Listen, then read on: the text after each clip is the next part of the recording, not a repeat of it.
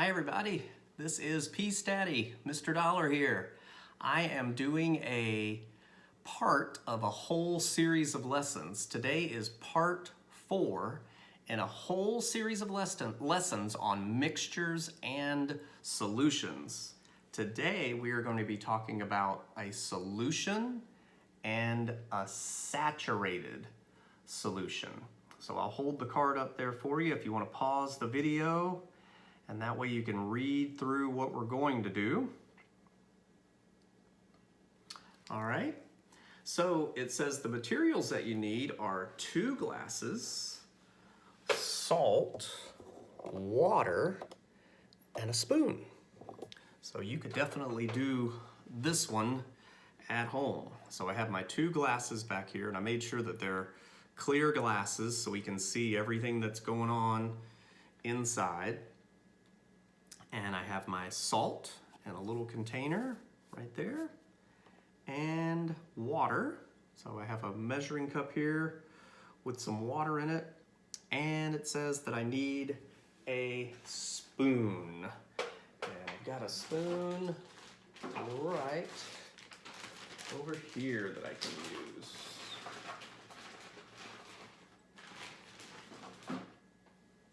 Okay, there's my spoon. So the directions say to partly fill up the glasses with water. In one of them, place 1 spoonful of salt and stir. So it says partly fill the glasses up with water. Well, today what I want to do is I want to make sure I'm doing some careful measuring. So we talked about last time that this tool that we use in science is called a graduated cylinder, and it measures things in milliliters. You can see right up at the top there's a little ml. Well, this is also a measuring tool, and it's a measuring cup, and maybe a little harder to see, but on this side you can measure in milliliters, and you can also measure in deciliters. That's what the DL stands for, deciliters and milliliters. And then over on the other side we have cups and ounces. Cups and ounces over on this side. So I'm going to use this one to measure my liquids, and I am going to use milliliters, and we are going to put 150 milliliters. That's 150 milliliters of water into this glass. And I'm also going to put 150 milliliters of water into my other glass so that they're exactly the same.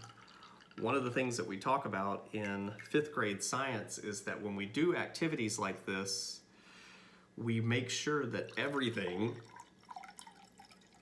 that we can keep the same, we do. And that's called controlling my variables. So this glass has 150 milliliters of water, and this glass has 150 milliliters of water. And it says in one of them, put 1 spoonful of salt and stir. So I'm going to take 1 spoonful of salt, and this is about a tablespoon. So in this one, 1 spoonful of salt and stir. And then it says the salt disappears. It is dissolved. Well, I can still see a little in the bottom, so I'm going to stir it a little more.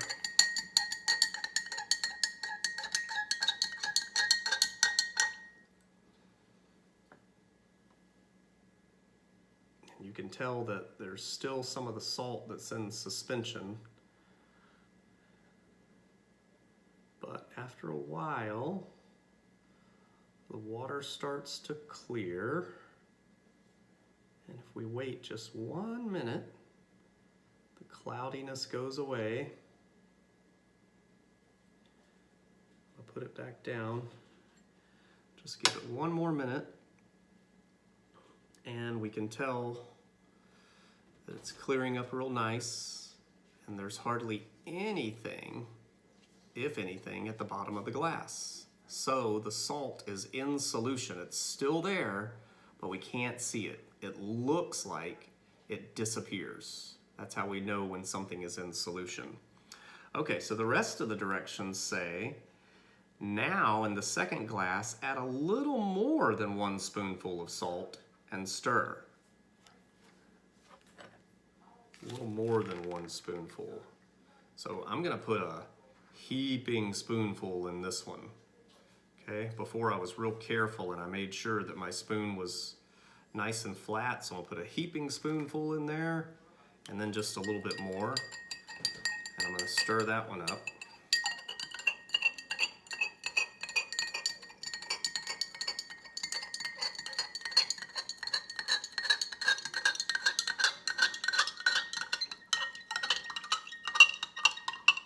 All right, gave it a real good stir. I think that was maybe 50 turns. So same thing is happening. Right now the water's cloudy and we just have to be patient.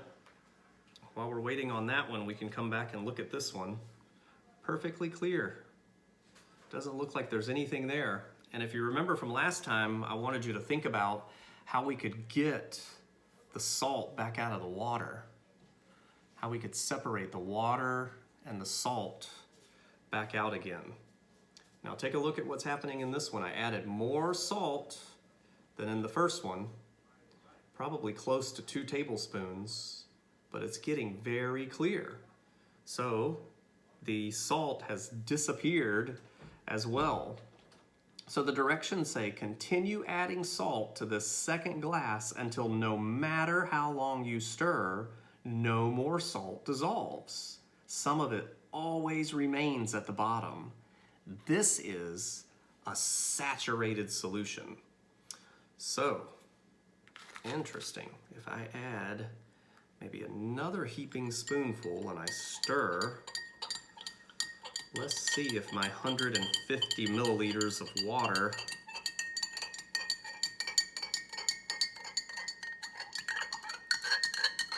can dissolve that.